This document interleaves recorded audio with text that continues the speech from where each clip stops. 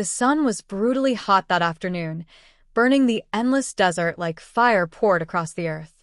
The sand stretched in every direction, lifeless and silent, as if the world itself had forgotten this place. In the middle of that emptiness stood an elderly woman named Margaret Thompson, trembling under the weight of both heat and heartbreak. Only a short while earlier, Margaret had been sitting in a comfortable SUV beside her daughter Emily Carter and her son-in-law Daniel Carter. They had smiled politely and told her they were taking her on a peaceful drive to help her relax. Margaret trusted them completely. She had no reason to suspect that the two people she loved most were planning to abandon her. When the vehicle finally stopped, there were no houses, no roads, and no signs of life. Only miles of scorching desert. Confused, Margaret stepped out and asked where they were. Emily avoided her mother's eyes, and Daniel's voice turned cold as he said that Margaret needed to learn to live on her own. Before she could fully understand what was happening, Emily whispered that her mother had become a burden to their family. Margaret felt her heart crack in silence. She reached toward Emily and reminded her of the years she had sacrificed, working 2 jobs, skipping meals, and selling her wedding jewelry to pay for Emily's education. Every struggle had been for her daughter's future, but her words fell into the hot wind, unanswered. The engine started again. Margaret stumbled toward the SUV, begging them not to leave her alone. Emily sat frozen in the passenger seat while Daniel pressed the accelerator. As the car sped away, Emily lowered the window and called out the words that would haunt her forever. "Good luck getting home, Mom."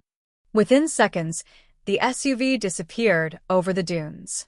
Margaret stood motionless, staring at the empty horizon until the tears blurred her vision.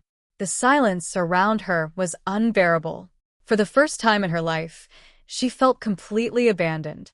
With no other choice, she began walking through the burning sand. As she moved, memories flooded her mind. She saw Emily as a little girl with bright blue eyes, clutching her mother's hand on the first day of school. She remembered late nights beside Emily's sickbed and countless prayers whispered for her happiness. Hours passed, and the desert heat drained the last of Margaret's strength. Her lips cracked with thirst, her legs shook, and her breathing became shallow. Yet she kept walking, repeating the same quiet prayer. "Please, Lord, let me see my daughter again." As evening approached, Margaret collapsed beside a cluster of rocks. Her vision faded, and she prepared herself for the possibility that she might never leave the desert alive. Even then, her thoughts were not filled with anger. They were filled with love for Emily.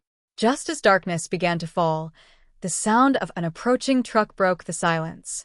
A rancher named Michael Reynolds spotted Margaret lying in the sand and rushed to her side. Shocked by her condition, he gave her water, wrapped her in a blanket, and called emergency services. Margaret was taken to the hospital, where doctors treated her for severe dehydration and exhaustion. News stations soon reported the story of an elderly woman abandoned in the desert by her own family. The story spread quickly and eventually reached Emily. When Emily saw her mother's face on the television, her heart sank. The image of Margaret lying helpless in the sand shattered every excuse she had made for herself. Ignoring Daniel's protests, Emily drove to the hospital in tears. When she entered the room, Margaret looked frail and pale against the white sheets. Emily approached slowly, overwhelmed by guilt. "Mom," she whispered, her voice trembling. "I am so sorry." Margaret opened her eyes and looked at her daughter. Though her body was weak, there was no hatred in her expression. "I prayed you would come back," she said softly. Emily fell to her knees beside the bed and sobbed uncontrollably. She admitted that she had allowed fear and selfishness to cloud her judgment. She confessed that abandoning her mother was the worst mistake of her life. Over the following months, Margaret regained her strength.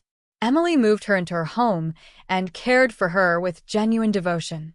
She cooked for her, accompanied her to medical appointments, and spent long evenings listening to stories from her childhood. The desert remained in Emily's memory as a painful reminder of how close she had come to losing the most important person in her life.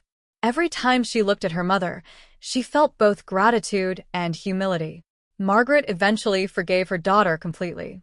She understood that people can lose their way, but love can guide them back. Her forgiveness healed wounds that anger never could. And so, the woman who had been left alone under a merciless sun became the reason her family found redemption. Because a mother's love does not end with betrayal. It endures through suffering, through silence, and even through the desert.